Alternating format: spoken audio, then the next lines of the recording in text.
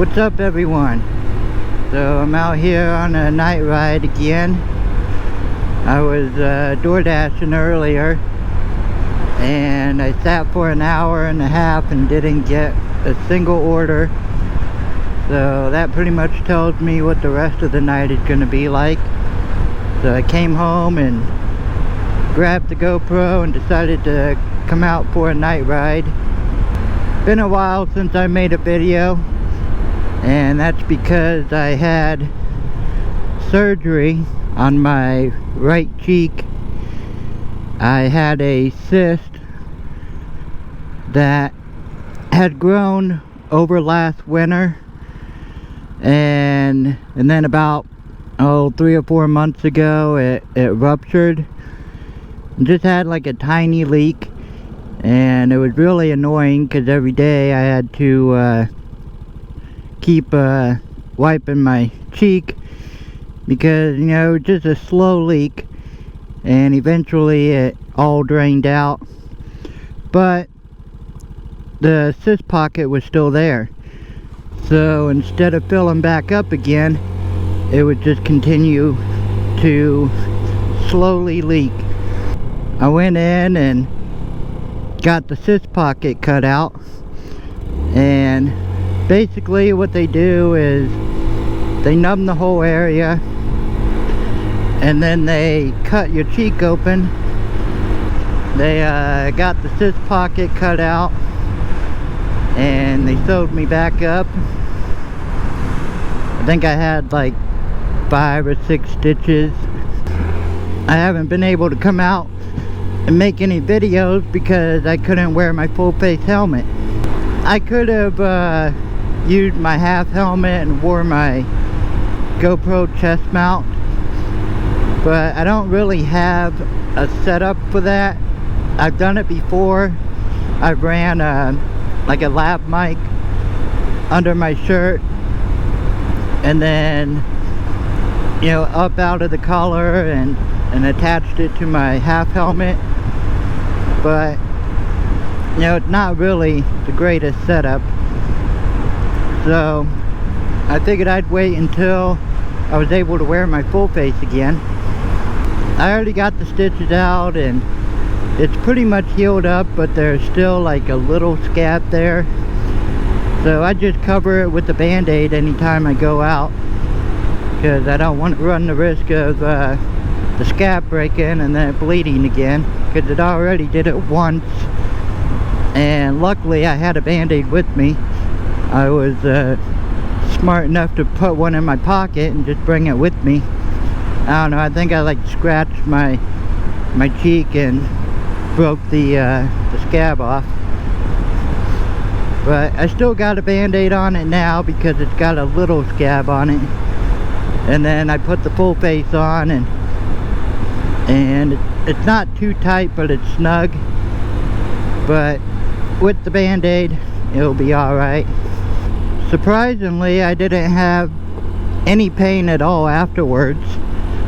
I thought that the first few days I'd be having a lot of pain in my cheek, but nope, I didn't have to take a single painkiller the whole time.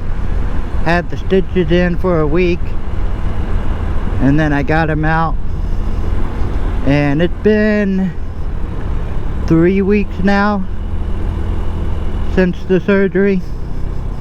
I was gonna go live tonight, but I decided to just make a regular video because I think my battery was only 55%.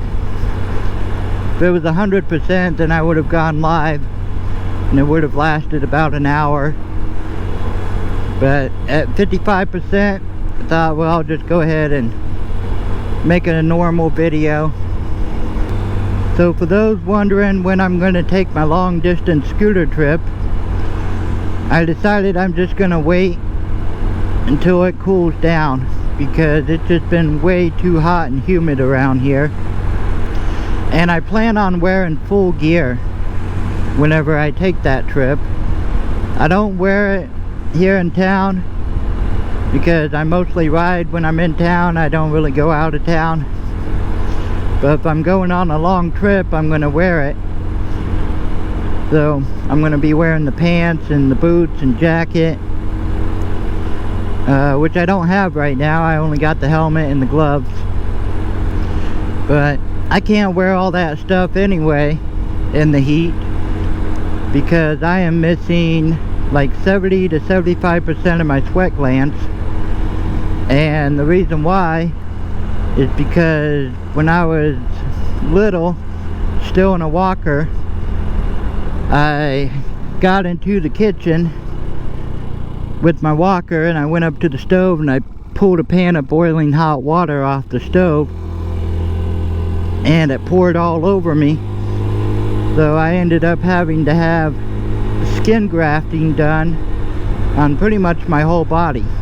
What happens with skin grafts is it destroys all your sweat glands, and sweat glands do not grow back. So during the summer I can overheat. Luckily, after all these years, I've never overheated to the point where I needed medical attention. But I have overheated and had to stop what I was doing and drink a lot of water. Which, by the way, don't know if you know this, but when you're overheating, if you drink too much water, you can basically drown yourself. It's a different kind of drowning, and it happens when you're overheating and you just keep drinking water and you don't stop. You just keep drinking and drinking and drinking.